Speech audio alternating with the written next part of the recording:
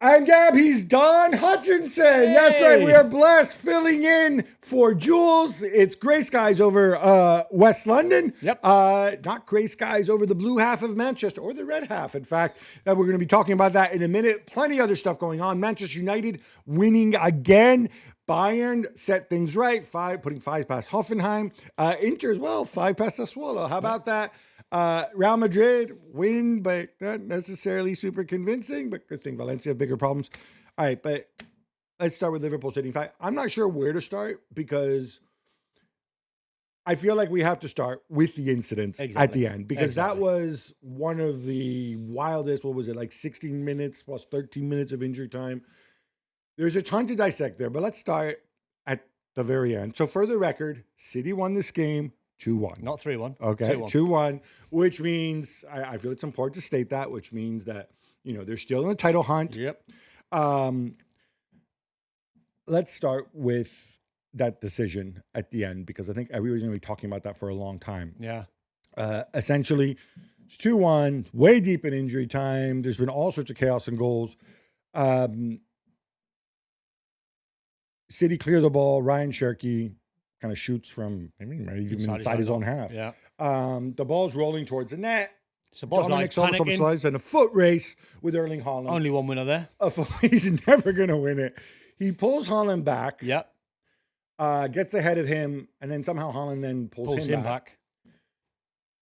The ball goes into the net. Yeah. So logic to most people, feeling to most people would have been, all right, I don't care about this. The game's over. The ball's gone into the back of the net from Ryan Cherky. Yeah. Let the goal stand. It's 3-1. Call it a day.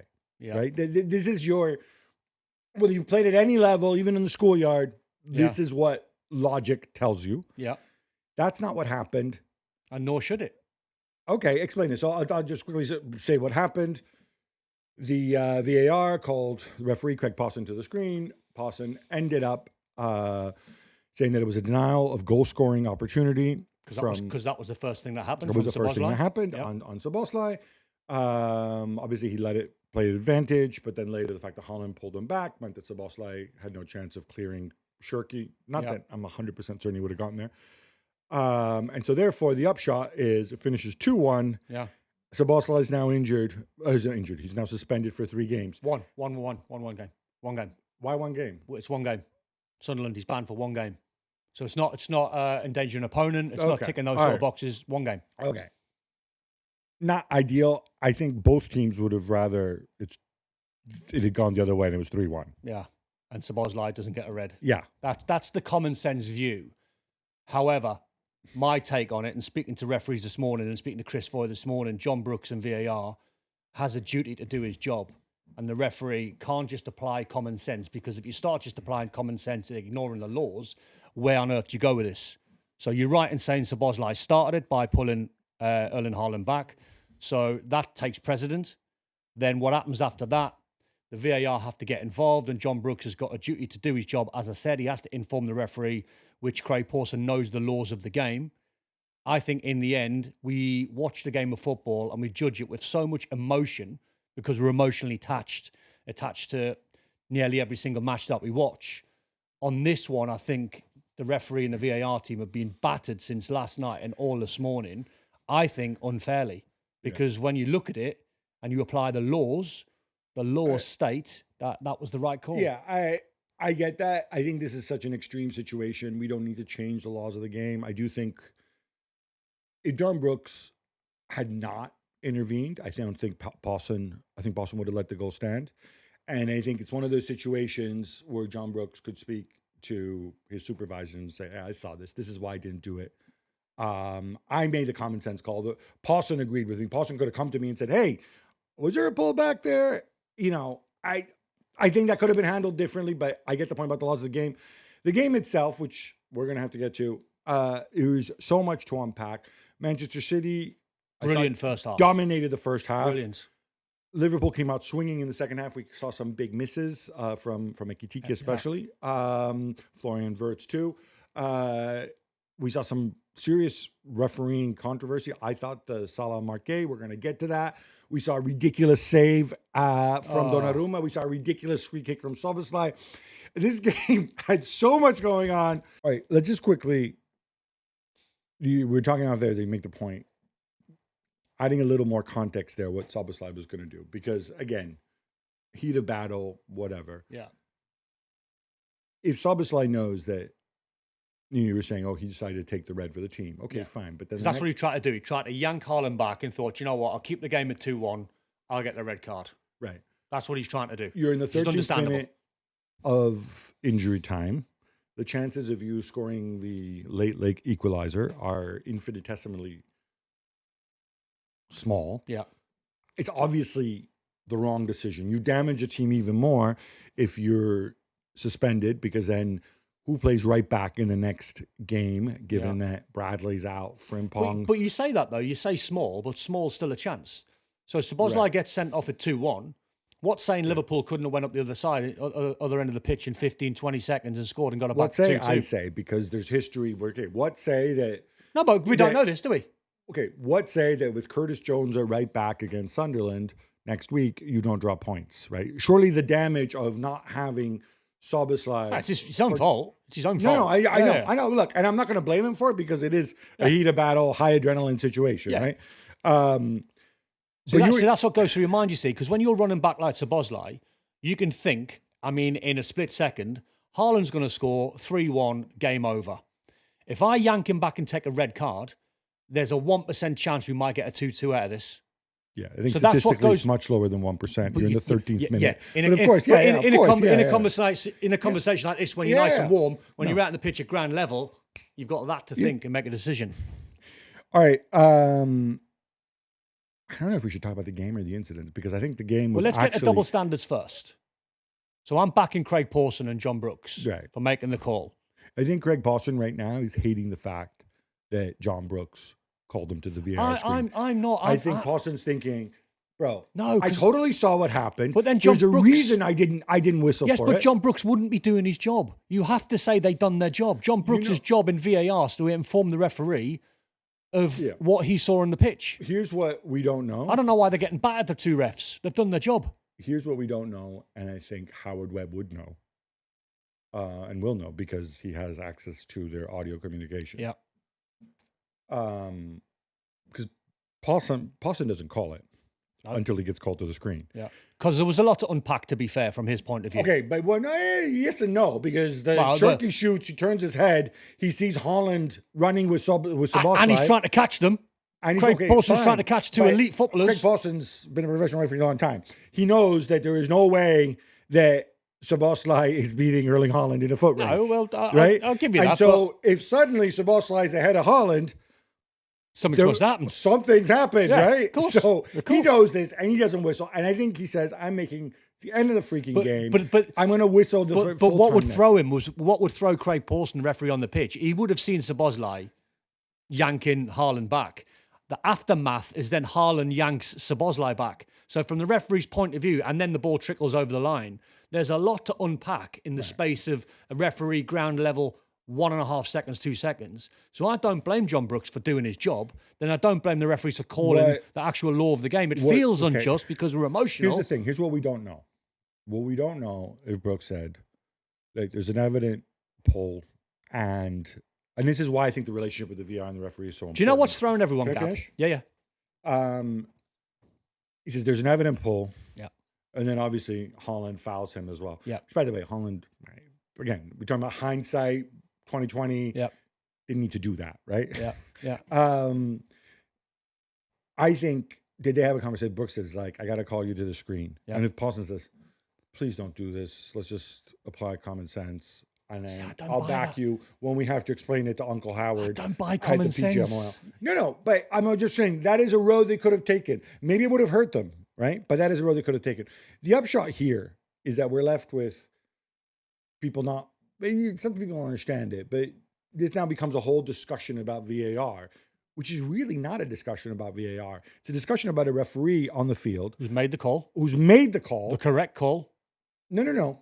Well, you said the correct call. Obviously not the correct call. Well, Otherwise, in the end, He made a clear and obvious mistake, according to Brooks. He right? did, but Chris Foy made a fantastic point when I spoke to him this morning. He went, the referee, once he goes to the monitor, that's then his decision to make the call. It's no one else's. It's not VAR. It's not Howard Webb. It's not everyone. The referee, in the end, once he goes to the monitor, has got the final call and the final say. I think what's thrown everyone and why we say that in theory, no, but that's in the practice, truth. No, that's the truth. But in practice, you very rarely see that. But I think what's thrown everyone, because we're so emotional about the game, is the laws of the game in that instant, how it's written. When originally Haaland denies a goal scoring opportunity when he pulls Haaland back, which is the correct term. What's thrown everyone is the ball went in the net. So people are getting carried away with, oh, he's denied a goal scoring opportunity, but the ball's ended up in the net. Why can't you just leave it, and why can't you apply common sense? John Brooks is saying, no, I'm going to do my job. I'm sitting here and I'm doing my job to give the referee as much information as I can. They've unpacked it. I don't know why they're getting battered, because they've made the right call. I think this is, but like I said, this is why I think the relationship between the two, we don't know what was said between them. Yeah, well, yeah. I think Possum played the advantage, and then I think he was going to let the goal stand.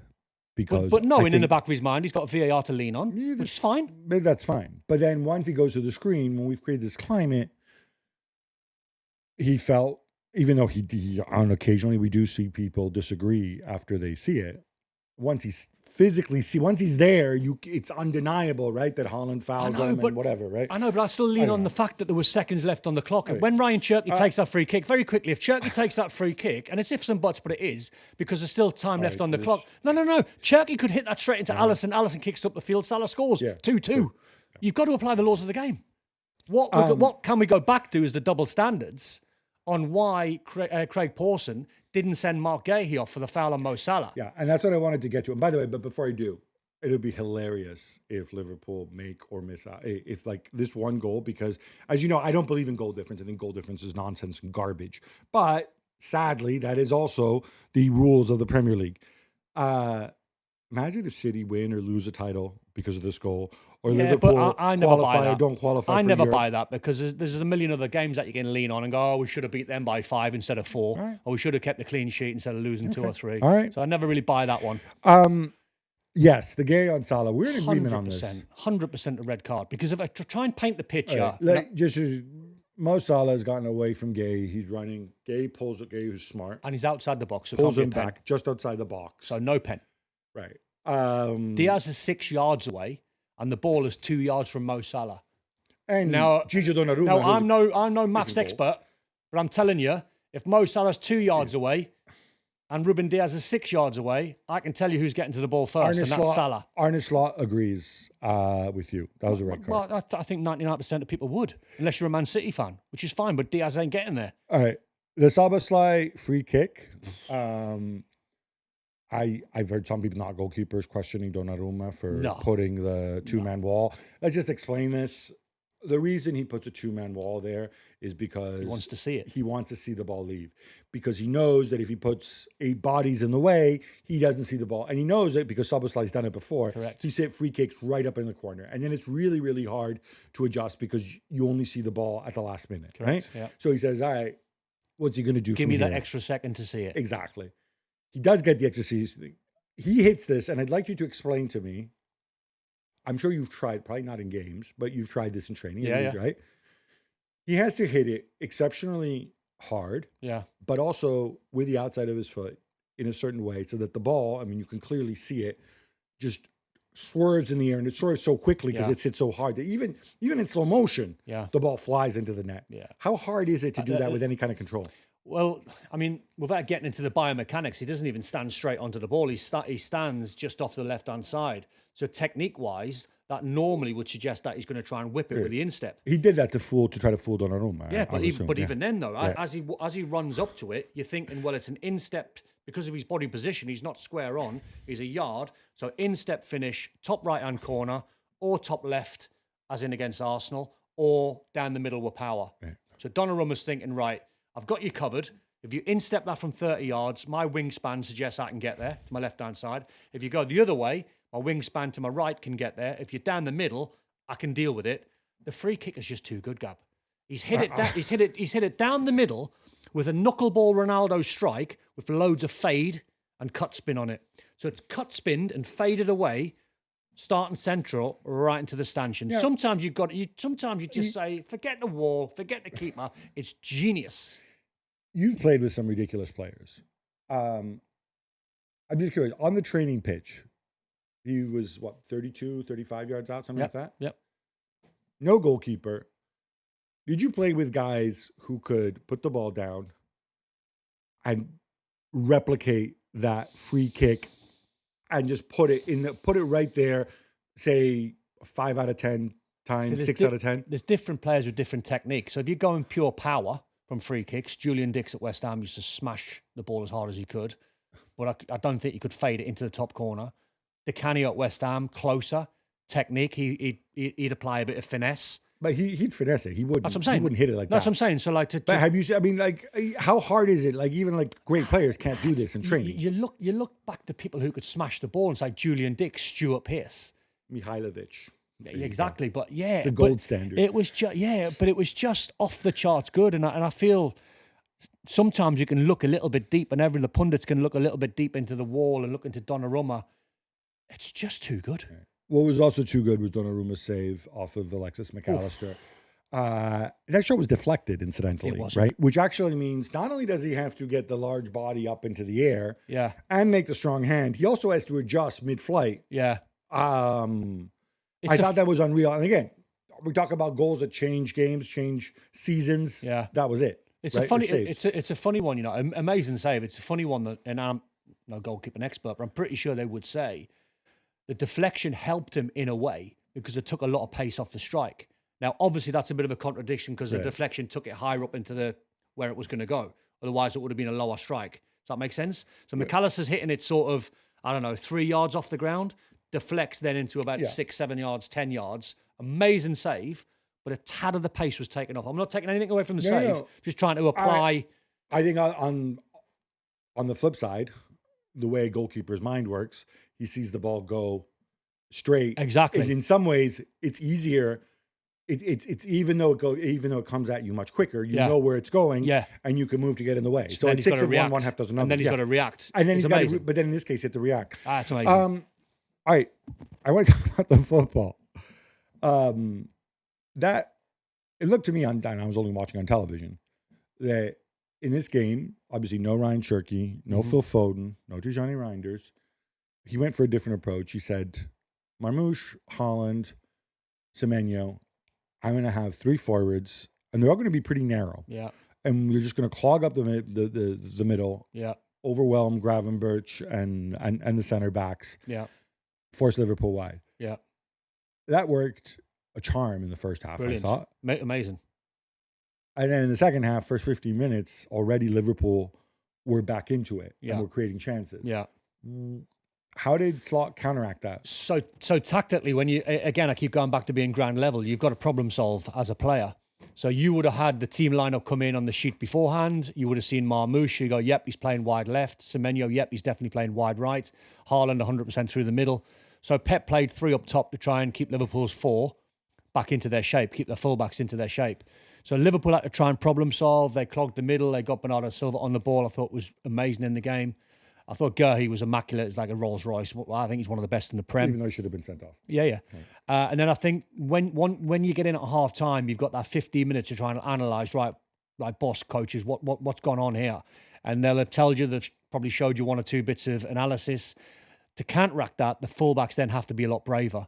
And I thought Szoboszlai got forward more from right back, and I thought Kirkes had an excellent game at left back. But they were playing narrow though. The three, so it allows the fullbacks to go around if you're brave, right? Because when you simplify it, you see City's 3. You've always got to have 1 more, so you keep 4 at the back. So keep your 2 centre backs, your 2 fullbacks in a 4, quite sort of static. Mark the 3, you've got the 1 extra. If you're then brave to counter-attack that and you go, right, our fullbacks, Szoboszlai, get on your bike, Kirkes, get on your bike, one of those 2 ain't staying there. So you drag, it's like a poker game. So Marmoush or Semenyo is then going to go, hang on a minute, they're getting space in the wider areas. We've got to now do something. So it's all about problem solving on the pitch. City were by far the best team in the first half. I thought they nailed Liverpool in their ability, in the approach, but then Liverpool problem solved, as you said before.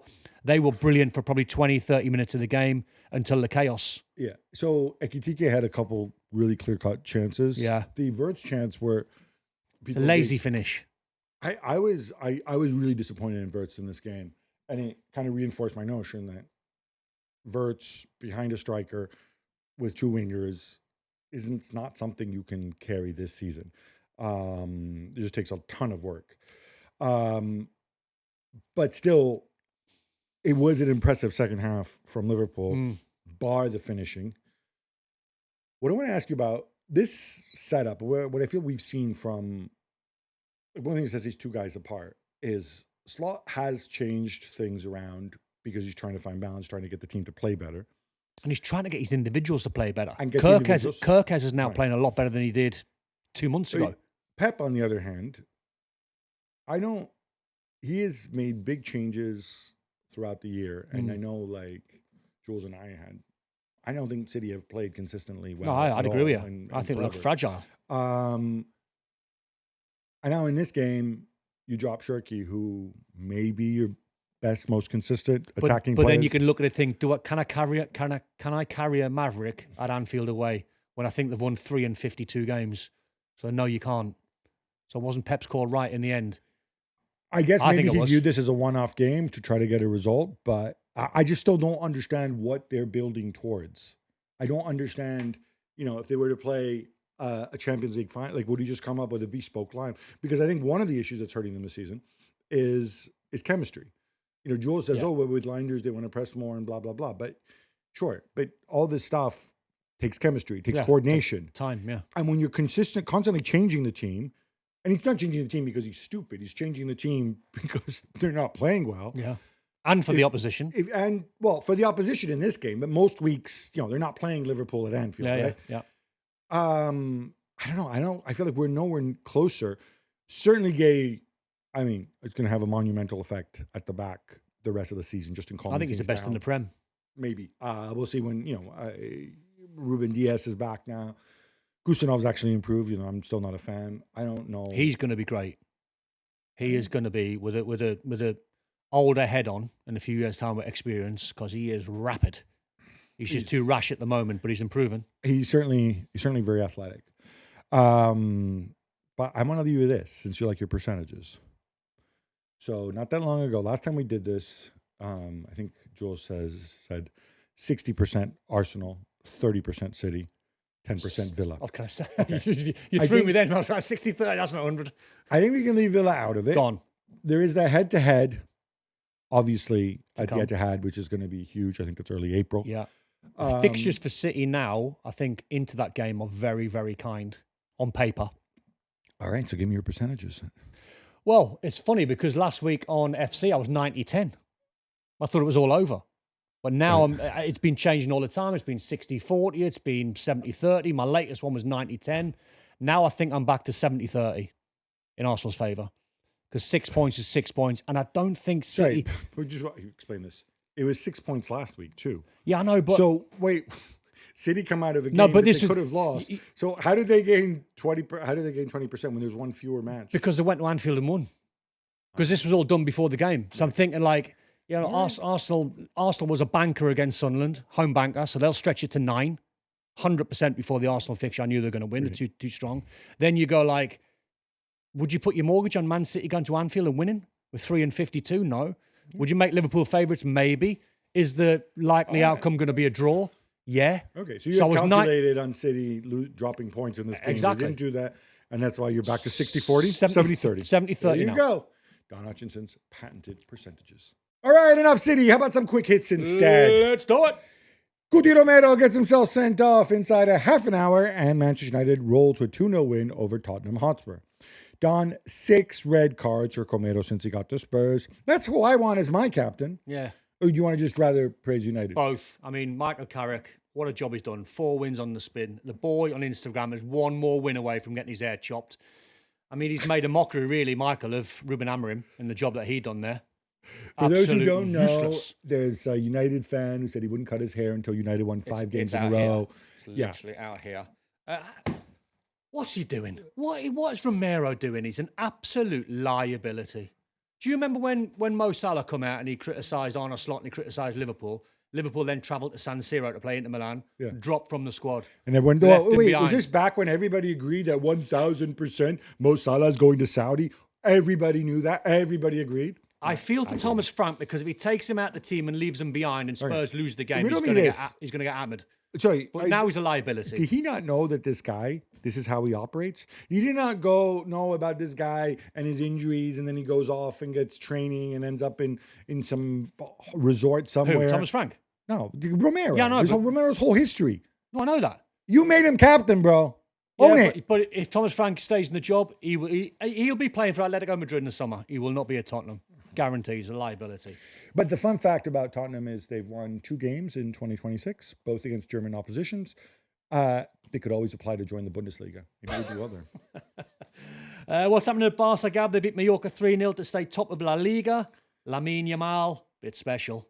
Oh my God, that goal. You know, when you make something really difficult look easy. Yeah. And it was important too, because they were 1-0 up. All right, they battered them in the first half, but then, we've seen this from Barcelona, right? Oh, well, just the one goal. We've wasted a lot of chances, and the other team nicks a goal, and then all of a sudden everything's on fire because of the defensive issues, which are still there. No, the 2-0, put it away. Happy for Bernal, too, who scored the 3rd goal. Phenomenal footballer. Really unlucky, of course, with a bad injury. But I think they have a really good one there. Got to go there, Don. No! I'm sorry. Dango Ouattara scores the late winner, and Brentford win 3-2 away to Newcastle. Bottom half of the table now. It's painful now, Gab. I'm a massive Eddie Howe fan, and I hope Newcastle don't rush into any daft decisions by reading social media, because Newcastle fans are starting to turn, which I think it's absolutely ridiculous. It's been a poor season on the road, especially. Away form has not been great. And then the one thing I would always sit here and lean on is you can throw PSG, you can throw Real Madrid, Barcelona, Man City, Man United, Liverpool, anyone at St James's Park. I'll back Newcastle to win. Once they start losing now against Brentford at home, that's the worry. How big a deal is the transfers? Because look, in the summer he did not have a director of football, which some people suggest he didn't want one. Yeah. And did not have a chief executive, which I think is also really important in this. And you look at the signings in the summer. Yeah. Risso's injured, hasn't contributed much. Voltemade, probably not right to be the center forward. Alanga for 55. Alanga. There's a lot of fingers pointed at what happened and what the newcomers have offered. I feel a little bit for Eddie Howe, because once the, whatever it was, 125 million came in for Isak, they had to buy, and they had to buy bodies, and they had to try and find quality. Other clubs knew that Newcastle were swilling in money, so they had to overpay on a lot of the signings. And on the face of it, when you see the names coming in, you thought, actually, after losing Isak, that's a pretty good window on what you think the quality and what you think the names that have come in. Voltemade for 90 million? Wow, that's what I'm saying. It's excessive. Alanga, 55 million. That's why Wissa. Eddie Howe, you cannot be a coach and a head of recruitment at the same time. So, but he was forced to do that. Exactly. So you have to feel for him when he's trying to do his job. And then he's trying to deal with Isak not even training, coming away from camp. Then Isak goes, and it went to the last few days. Then he's got to try and find replacements. He's got to try and find quality. He's waiting on Brentford to see what Wissa's doing. I've got to say, not on Eddie Howe, but it's a bit of a mess. Thank you, Donald Hutchison Howe. You want to read the next question? Sorry, Gab. Inter beat up Sassuolo by 5. Di Marco was on flames. What do you have? 3 assists and hit the crossbar? Yeah, Di Marco's a bit special. They're strengthening the grip at the top of the table. What I think sets Inter apart from other contenders in Serie A, or wannabe contenders, is that they understand that when you play a bad team, like Sassuolo, and Sassuolo are not very good, and they get worse when Nemanja Matic gets sent off in the 54th minute. Yeah. Although, to be fair, they were 4-0 down at that point. Score a goal, then rather than just sit and wait and say, oh, we'll hit on the counter. No. Keep attacking. Keep taking the game to them. Best way to win after you scored a goal is to go and try to score a second goal. And Inter know that, and they know that, and that's why they don't drop points against the smaller teams. Don, we're not done. We have more quick hits. Let's do it. Victor Gyökeres comes off the bench to score twice as Arsenal defeat Sunderland 3-0. Don, Arteta marches on. Oh, this was a test, Gab. This was a test. I thought Sunderland were absolutely brilliant in this game. They went man for man. Even without Granit Xhaka. No, they didn't need him. Siddiqui was amazing in midfield. Robbie was like a man possessed up front. They went man for man when Arsenal were trying to play it from the back, forced them to go long. They were aggressive in their tackles. It was a great game to commentate on. But Arsenal were just too big, too strong, too fast in the end. And I'll tell you what, Gyökeres, I think he's now up to 8 goals. Couple off the bench. 13. 13, I think he's going to end up with 20 in all comps this season. I like the fact that, you can start with Gabriel Jesus and Kai Havertz coming from deeper. Yeah. And you got to worry about chasing little Jesus around. Yeah. And then this big dude comes off the bench. As a defender, it's as a change Nightmare. of pace. It's an Do adjustment. you know what, Gab? I think in England we get bogged down sometimes with a manager. What's his best 11? He's got to have a best 11. He Yeah, must not have a in this best 11. case. I don't think in this case Arteta's got a best 11. I think he'll chop and change. I think he'll I look at think the opposition. I think it's Declan Rice and the Keeper two center backs. And the keeper. And the keeper's ridiculously good. And then you Even go, Saka and Odegaard, who and we you fill thought were critical to this and you team. fill in the blanks from there. Yeah. Yeah, no, I agree. No Vinny, no Bellingham, no problem for Real Madrid, Gab. They stay 1 point behind Barca with a 2-0 win against Valencia. Yeah, I wouldn't say no problem. I mean, in terms of result, no problem. A lot of it's to do with the fact that Valencia is an even more toxic situation. The fans there absolutely hate Peter Lim and the ownership. They're fighting against it. They were ready to pull out the white hankies. What a club. We got to see Jimenez make his debut at right back. We even saw Trent Alexander-Arnold appearance off the bench. But here's my takeaway. Before the Alvaro Carreras goal, which was basically him bulldozing his way through into the defense, well done. But again, total individual goal. That was minute 65. To that point, Real Madrid had a total XG of 0.33. You cannot have 0.33 XG in 65 minutes of football. How have they got this much talent? But you wonder and you look and you go, there's something just not right. Is it individuals? His plan in this one is like, all right, let's have the three hardworking midfielders, and then I'll have Arda behind Gonzalo Garcia and then Mbappe. And if people don't run against a mass defense and try to get open, you're not going to, and you don't have patterns of play. It's just a lot of onus for Gula to invent anything. But Mbappe, by the way, 38 goals and 31 with his garbage time strike. Comes with the asterisk of 2 penalties, but Cole Palmer does get a hat trick as Chelsea win 3-1 at Wolves. Don, Rosignor has defeated everybody he has faced since taking over other than Arsenal. I think he's done an amazing job. I think he's done a great job. I think when you look at it on paper, he's doing the job. My takeaway from the Napoli game, and I felt for him a little bit because I understood, and it was understandable why he rested loads of players after the Napoli game, 3-day turnaround into the West Ham game, and they were outplayed in the first half against West Ham, who battered them really. Then he made the changes to bring his best players on at half time and end up winning the game against West Ham 3-2. His takeaway was that some of the guys that are on the bench are not as good as his first team players. So now, you think? No. But sometimes you could. That was Maresca's takeaway too. That's why he didn't appreciate having Jamie Gittins shoved down everybody's throat. But when you put so much into a game in Naples, then you play West Ham, it's understandable why you'd rest 3 or 4 players. Right. But then sometimes you realise actually, like my first team's so strong, like I've got to get these guys out of the pitch as much as possible, which seems to the layman very, very obvious. But what you can't do is keep playing the same first 11 over and over again, because then you get injuries. That's not what Maresca did either, but sorry, I need to just move on from Maresca. I will say this, I think it's really interesting. Jules is convinced that you cannot play Enzo and Caicedo as a 2 in midfield. You need another guy in there, whether it's Reece James, of course, unavailable here, or Andre Santos. That's what we saw in this game, right? Yeah, but you could play Caicedo, Enzo, and Palmer 10. Yeah, Jules doesn't think you can. Oh, and the Oracle says you can't do it that way. Speaking of PSG, haven't been hitting the right notes this season, Gab, but we saw Dembele score a brilliant goal and Desiree Doué benched. Changed. No. You're reading it wrong, but don't worry, I'll pick up on this. Go on. It's gotten so bad that he's benched Dembele and Doué in recent games, right? No, you said he scored a great goal and then Doué was benched. Both these guys were benched. Dembele scored a great goal and they were both on the bench. In previous games, not in this game. They started in this game. It was the Paris Saint-Germain of last season that we saw here. I'm chucking Freddie under the bus, by the way, because it doesn't say that there. Yeah, Freddie needs to do a better job writing these questions. Freddie. They won 5-0. They hit the woodwork a bunch of times. 4.41 expected goals. I know when Marseille are hit or miss, but when they're good, Marseille are good. They were terrible in this game. I think this makes a statement. We all remember what happened last season. They started so slowly. Look, this year they're out of the Coupe de France. They're neck and neck with Lens in the league. They weren't great in the Champions League. I think they conceded 10 goals in 8 games.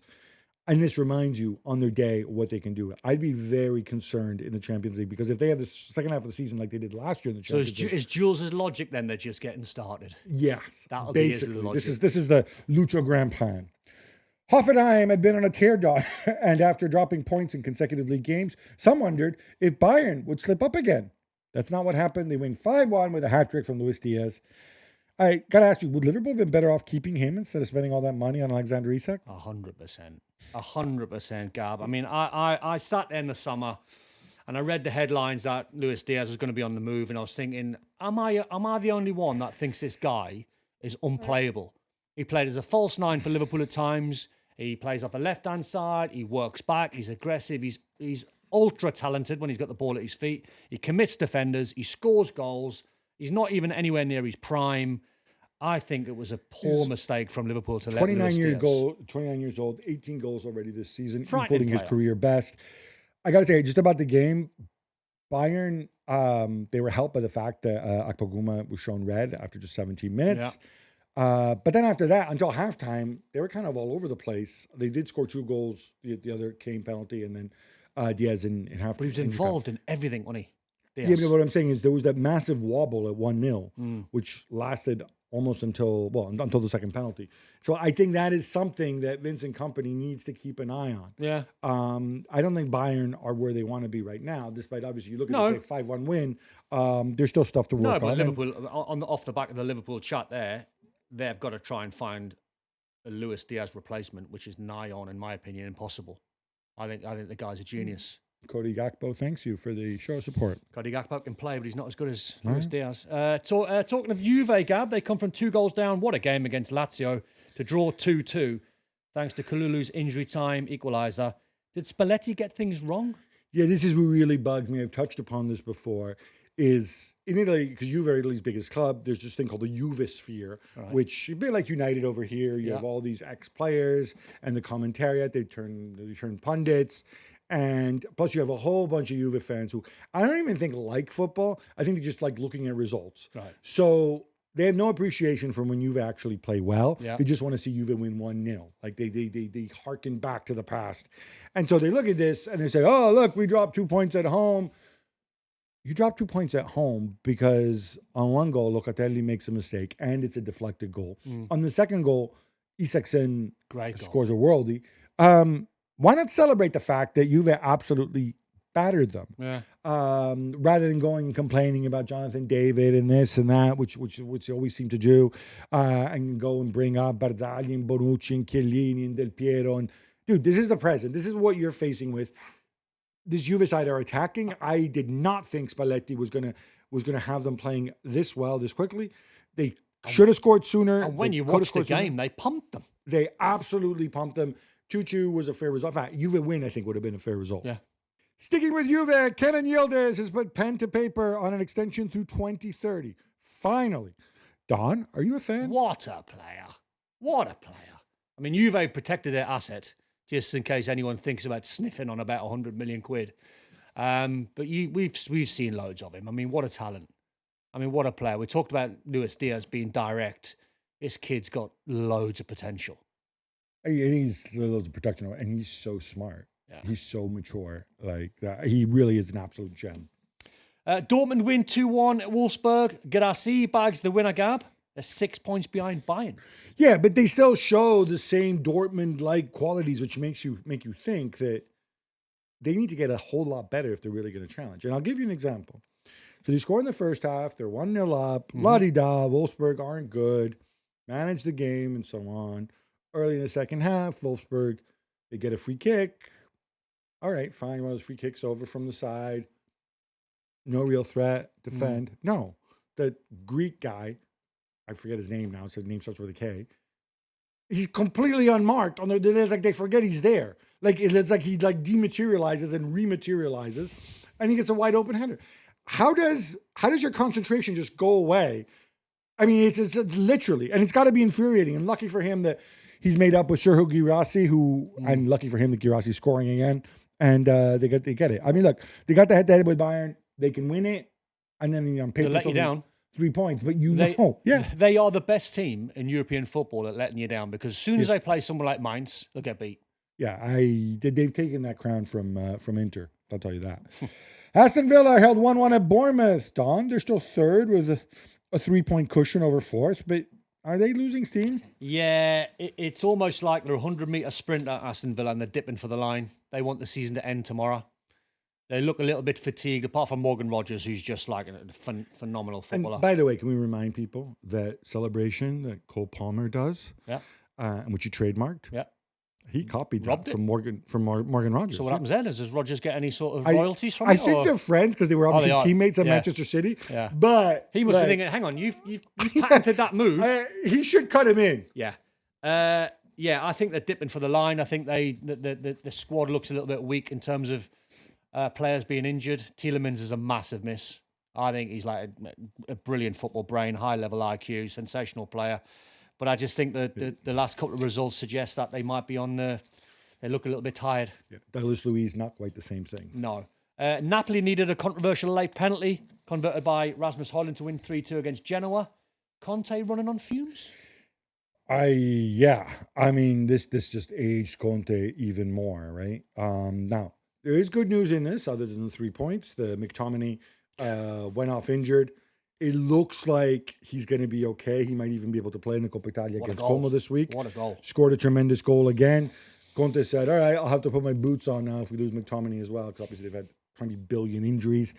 A lot of attention is paid on the fact that a lot of Napoli's problems, though, this season, apart from the injuries, are frankly self-inflicted. Alessandro Bolgiorno, 2 massive mistakes in this game. I think he was overly hyped, and you'll remember he's also the guy who made the mistake against Copenhagen, which ultimately is why Napoli are not in the Champions League anymore. He's having a really, really rough time. Juan Jesus as well. What, bro, you forget you're on a yellow card, and he gets himself stupidly sent off. These things have got to really infuriate Conte even more. I would make a joke about him losing his hair, but obviously I won't go there. And in the end, the penalty that won them, Axel Cornet and Vergara, obviously if you step on somebody's foot, it's a foul, it's a penalty. Yeah. I'm not even sure that's what happened. It looks like he brushes his foot. And so they got really, really lucky with that one and got lucky that Højlund actually managed to finish. Do you think with this squad that he's got, Conte, he's actually overachieved winning the league last year and still sitting in the top 4 at the minute? Because I look at the team stylistically and the individuals who are getting on a little bit, apart from the likes of De Bruyne and that quality and when Lukaku's fit. But it's like a workman-like side. I don't necessarily think so. I think it's a side that executes, but I think last year's squad is different from this year because everybody's injured this year. I mean, this is the main thing. You cannot give up so many players. And like, if you have, I don't know, I wouldn't describe Zambangisa and Lobotka as workmanlike. No, but they're not. They're not not like flamboyant. But they're not like flamboyant, sexy players. They're brilliant players in their own right. No, I love them. I love Anguissa. Well, I don't know. I don't think so. I just think it's impossible to judge when you've got such an injury crisis. Let's go to one of your old clubs, Don. Which one? Well, Everton comes from behind to beat Fulham 2-1 with a bit of Moisey magic in the last 15 minutes and also some help from Bernd Leno, who punches the ball into his own net. 5th place is just 6 points away.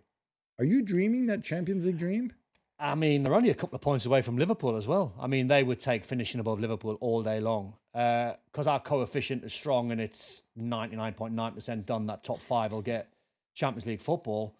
They can dream of European football. I think, in all honesty, I think they won't miss. They won't get Champions League. I think Chelsea are nailed on for that 5th position. But European football, I mean, why not? Moisey's been there before. He's took Everton there before. He's took West Ham there before. I don't know why he gets a bad rap. Are you on the Conference League bus? No, well, hey, that's what you play for. You play for European football. It doesn't matter which one it is. But I don't know why Moisey doesn't get a lot more love, me, in the job that he's done at Everton and West Ham. Take it up with Jules. Yeah. Atletico Madrid suffer their first home defeat in nearly 11 months, losing 1-0 to Betis, Gab. Thought they had the equaliser. VAR said otherwise. Yeah, so if you watch this, it's a weird one. They're 1-0 down. The cross comes in. Diego Llorente, under pressure from Griezmann, heads it into his own net. It's one of those where, semi-automatic offside, like Griezmann's toe was like beyond the line, and obviously he was interfering with play because otherwise Diego Llorente would have headed it. You couldn't whittle it down to that, but there's other reasons behind it. They did not play well at all. Jan Oblak, who never makes a mistake, certainly should have done better on the Antony goal that he conceded. I mean, again, I'm judging Oblak by Oblak standards. Exactly. Rodri Mendoza started in midfield. He's new. He's from Elche. He's not the real deal at all. And obviously, you miss guys like Barrios, like Cardozo. They've had a lot of injuries. They're just flat, and it seems that this has been going on a while now. And they need to look over Villarreal kickoff in a few hours. They need to look over their shoulder for that third spot. Daily Telegraph reports that Tottenham Hotspur are looking to hire another director of football to sit alongside Johan Lange, especially now that Fabio Paratici has left, because, of course, you have to have two directors of football because one's not enough. Are you a fan of having multiple ones? I mean, look, Chelsea have 5 de facto ones. Look how good they're doing. I'm telling you, Gab, I've said this for years, right? When I get reincarnated, I'm coming back as a sporting director. It is. But do you want to be one of 2? No, but Or it's the 3 or 4? 5. It's the easiest job in the world. Is it? Oh, of course it is, Gab. Imagine if you're a manager, right, and you say to me, right, Don, go and find me as the sporting director 3 left backs. I go downstairs in the building to my scouting team, my data team. I go, right, guys, I want 3 left backs. They come up to me and go, here's your 3 left backs, Don. And I go, here you go, Gab. Here's your 3 left backs. Which ones you want? It's just it's the easiest job in the world. I want the one that costs 100 million, Don. Do you know how to Right, go you can't have him. negotiate? So here's the price. So data guys, right now, let's go to the CEO. Which one can we afford?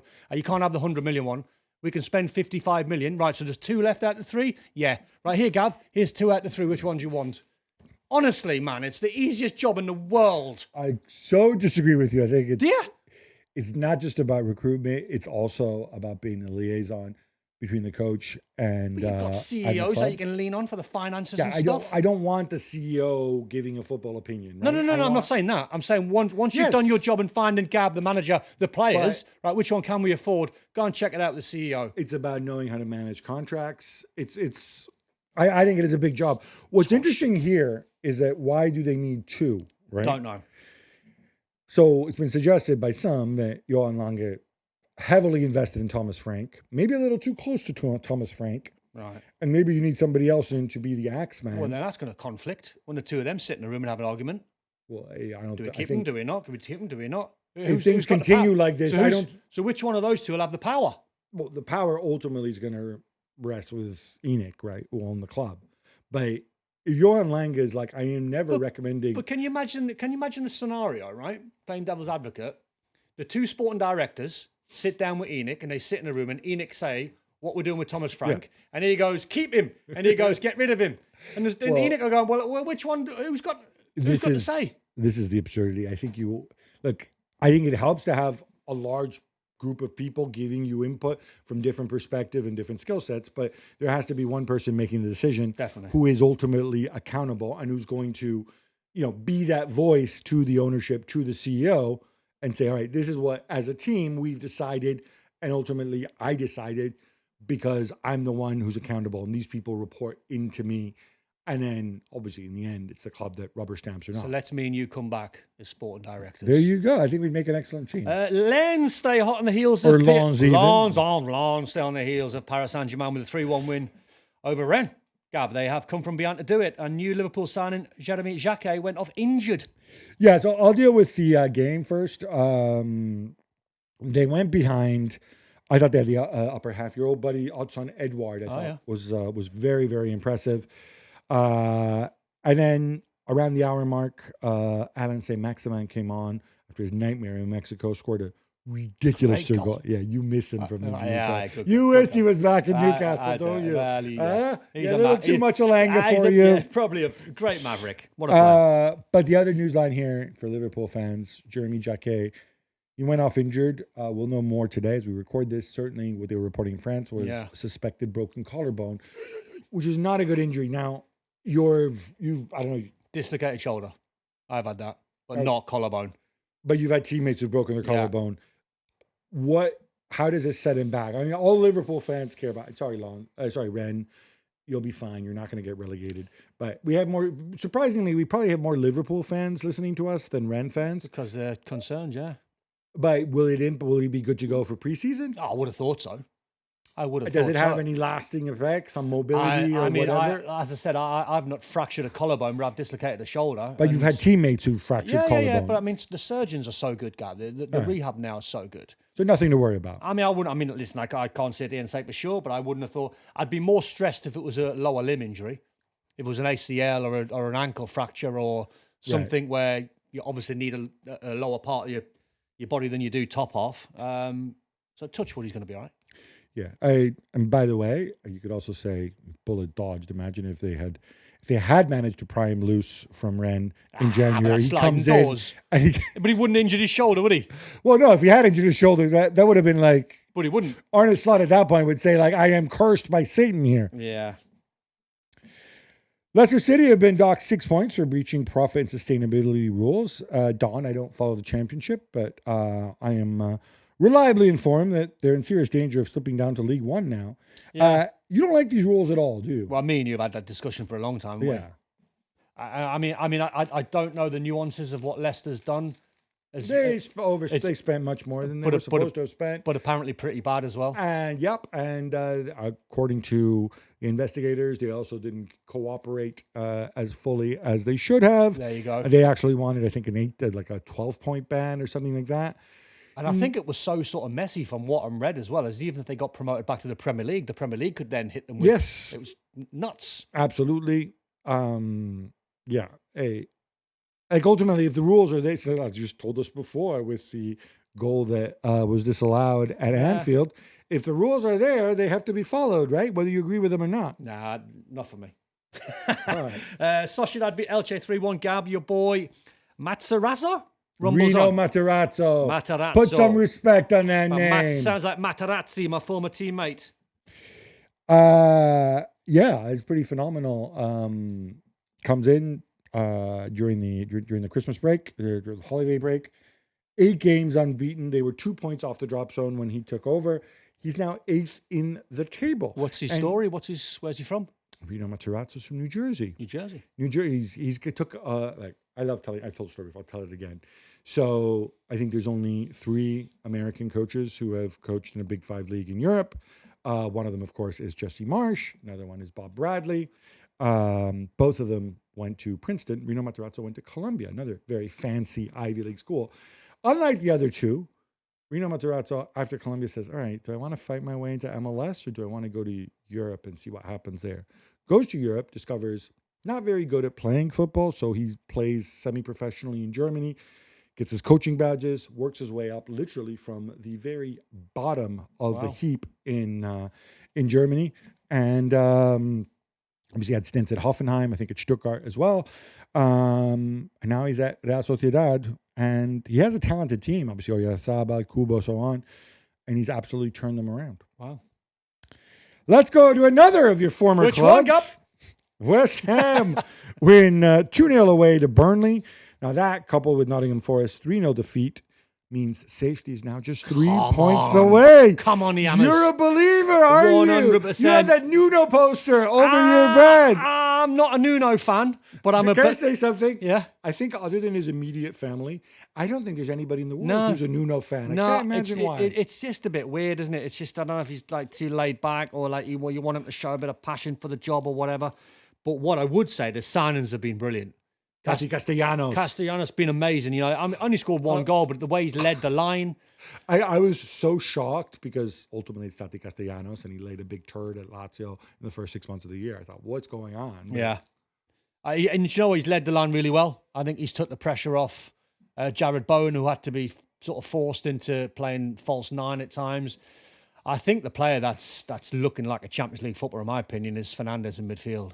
I think what a player. West Ham's player of the season, right? Oh, 100%.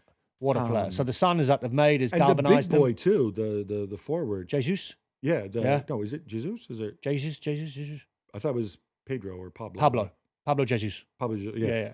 Yeah. He's a big unit. Oh, he's a unit, yeah. So he tends to start. And the team and the shape sort of changed as well, where he plays 4-4-1-1. So he has those 2 boys off each other. But it's just made Jared Bowen into a better player. Not like having to lead the line when it's not his role back to goal. It's freed him up a little bit. The system's better. They look a little bit more, I wouldn't say solid, but they look a little bit better at the back by keeping things that little bit more simpler. So yeah, I think when you analyse the job that he's done, I think it's been pretty sound, and I am a believer now that they can stay up 100%. Well, no, I can't say 100%, but I'm believing. All right, give me percentages. Well, 3 points ahead, Forest are, so a little way back. I'm going to go 13 games to go. 60-40 West Ham's favour. Oh, you're trolling Mr. Marinakis. I am. You're trolling Mr. Marinakis. Not going to like that. What's happening in Vietnam, Gab? They've announced plans to build a 135,000-seater stadium. Not a bad seat in the house. Yeah, so I'm not an architect. I'm kind of fascinated by this. So I actually looked this up. I asked Google Gemini. So the biggest stadium in the world is the Narendra Modi Stadium in India, but they play cricket there. And Right. I've never been there, but the cricket pitch is also a lot bigger than a football pitch. Yep. So I'm assuming there's just more circumference around whatever. Yep. So I'm more interested in places where you play football. Mm-hmm. The May the 1st Stadium, which is in Pyongyang, holds 114,000. But again, I don't think anybody we know has ever been there. May So the 1st Stadium. What a bad name that is. what? You don't like celebrating May Day, International Workers' Day? I'm just saying, like, May the 1st Stadium. Okay, it's not I'm bad. sorry. But what's wrong with the working man? No, I'm not saying that. I'm just saying it's a bad name for a stadium. You didn't celebrate May Day? You didn't dance No, I'm around not the on about- maypole as a I'm child? not on about that. I'm just saying it seems a funny name for a stadium. It's not funny. It's to celebrate the workers. All right, It's a communist all right, country. all right. It's in line with their branding. And then, of course, the big house at Michigan holds 107,000. Now, that's college football. Manchester United have played there in preseason, and others, they have played other football there. There are bad seats in the house. You don't care when you're there if you're a college student you're watching because, Right. you've been drinking and partying and it's outdoors. So this is slightly different. I'm just trying to imagine 135,000. I'm not an architect, but like... I mean, the Maracanã was up there, wasn't it, back in the day? So the Maracanã back in the day, supposedly there were 200,000 there at the 1950 final and whatever. But who knows? Who's counting? Yeah. Just people packed in. Yeah. I think it's hugely ambitious. I'm curious about sidelines because I think there's serious diminishing returns once you go past 80, 90,000. It's hard to keep the stadium Unless intimate. it's Newcastle United where you'd fill 250,000. Yeah, I'm sure Standard. you can. Okay, listen. It's not a question of how much you can fill. I'm sure at Newcastle, you could have 250,000 Geordies in there. Yeah. But I'll tell you what, if the guy who's in like the top tier, at best he can spot Dan Burn because he's that's the enormous and nothing else and see Yeah. nothing of the game. So there are diminishing returns. It's impressive. It's ambitious. Let's see if it actually gets built. But it'll be named the Trong Dong Stadium. John, you're an even bigger Saudi Pro League fan than Jules. Yeah. Al Nassr beat Al Ittihad at the weekend. Cristiano Ronaldo wasn't there. Apparently, he's still protesting at Al Nassr's lack of signings, the fact that Al Hilal made signings. The fans made it very clear who they're siding with. They're siding with Ronaldo, but this boils my blood. Really? How can Ronaldo think that just because Al Hilal are spending a bit of money that he thinks he's got the power to try and stop other teams spending money when they've spent a bit of money, Al Nassr, and he's on £488,000 a week? I think his argument would be that all these He's got no clubs argument. are partially owned by the Public Investment Fund of Saudi Arabia. Oh. Or maybe he's even... Oh, come on. He letting- didn't know this before he got offered the new Oh, he contract did, and but signed that's it? why he's saying is why are PIF putting money or helping people make money or invest in other teams, but not in my team? That's what he's angry about, Okay, right? And you know what? We can also kind of lift we can lift the veil on this. And Jules was here says, "Oh no, but this team's owned by Prince Walid and Saudi Aramco owns this other team." Whatever and the Neom- scenario is, you can't whatever think it you've is, got that much power. it's a country with an absolute ruler who has gone and like put his cousins under house detention and prosecuted people for being corrupt and stuff in the past. So in the end, it is a top-down situation. But you right? can't think you've got That's that what much power. Cristiano's saying. Yeah, but I don't care what he's saying. You can't think you've got that much power But he to say, does. I'm not going to play for Al Nassr because Al Hilal are spending more money than us. Yeah. Hey, look, you're right on that one. And look, they came out and they said, I tell you what, how about fining him 2 weeks' wages? £1 million. You'll see Ronaldo play again. I would love to actually see them just take a really hard line here and Yeah, say, fine him we're 2 not weeks' going to be wages. pushed around. You're disrespecting us. 100%. And look, and they issued, the Saudi Pro League issued a statement reminding people that, yes, PIF may go and fund a lot of these people directly or indirectly, but Clubs have their Well, own boards, their own essentially- executives, their own football leadership. Decisions on recruitment, spending, and strategy sit within those clubs. And, But- it might also be the case that if he's making all the money that you're saying he's Yeah. making, hey, maybe that's what Al Nassr is spending their money on, his wages, and so maybe they can't spend. But you know what was great though, Gab? somebody Do you else. know what was great? I commented on Al Hilal's game the other day when Benzema made his debut. Yeah, Just the 3 goals Kareem the Dream scored. But what he is essentially, Kareem the Dream. Look, it's like Jules. I know, It's just- I yeah. just nicked it from Jules. But essentially, he's in breach of contract for refusing to play. Yeah. So fine him 2 weeks' wages then. Take £1 million off him. Honestly, if you want to show people some personality, that's what you should do. Exactly. Yeah. Exactly. This is bizarre. Barca has issued a statement saying they are officially pulling out of the Super League. I mean, that's a bit late. No, well, they're talking about the Super League company, Oh. A22, where they were the second to last remaining club. And in there's it. one left. Only Real Madrid are left in it. Now I know people are going to go, oh look, Real Madrid are going to have to play with themselves. Ha ha ha. Yeah. No, there's a bunch of other clubs that to be fair to them, that if A22 ever get a competition off, that we know there's other clubs who've already said, oh It's yeah, we'll just- come and play. It's And- hilarious because no English team's going to play and Bayern won't play. You ain't got a Super League. yeah. Probably not. No, 100% not. It's significant, I think, though, that Barcelona were along for the ride, part of the détente between them and Real Madrid. The fact that they've come out, and UEFA obviously asked them a long time ago to go and Yeah. exit this, I think it speaks to the fact that the rivalry between them, between Laporta and Florentino, is now even more a thing than it was before. Because Florentino So where does that leave Real Madrid? It leaves them in there. Look, like I said, Real Madrid know that if they get a legal victory, if they get more legal victories, and I don't think they will, but they're in a position, let's say they get legal victories, let's say they get some of your friends in Saudi to, oh, look, here's a massive thing.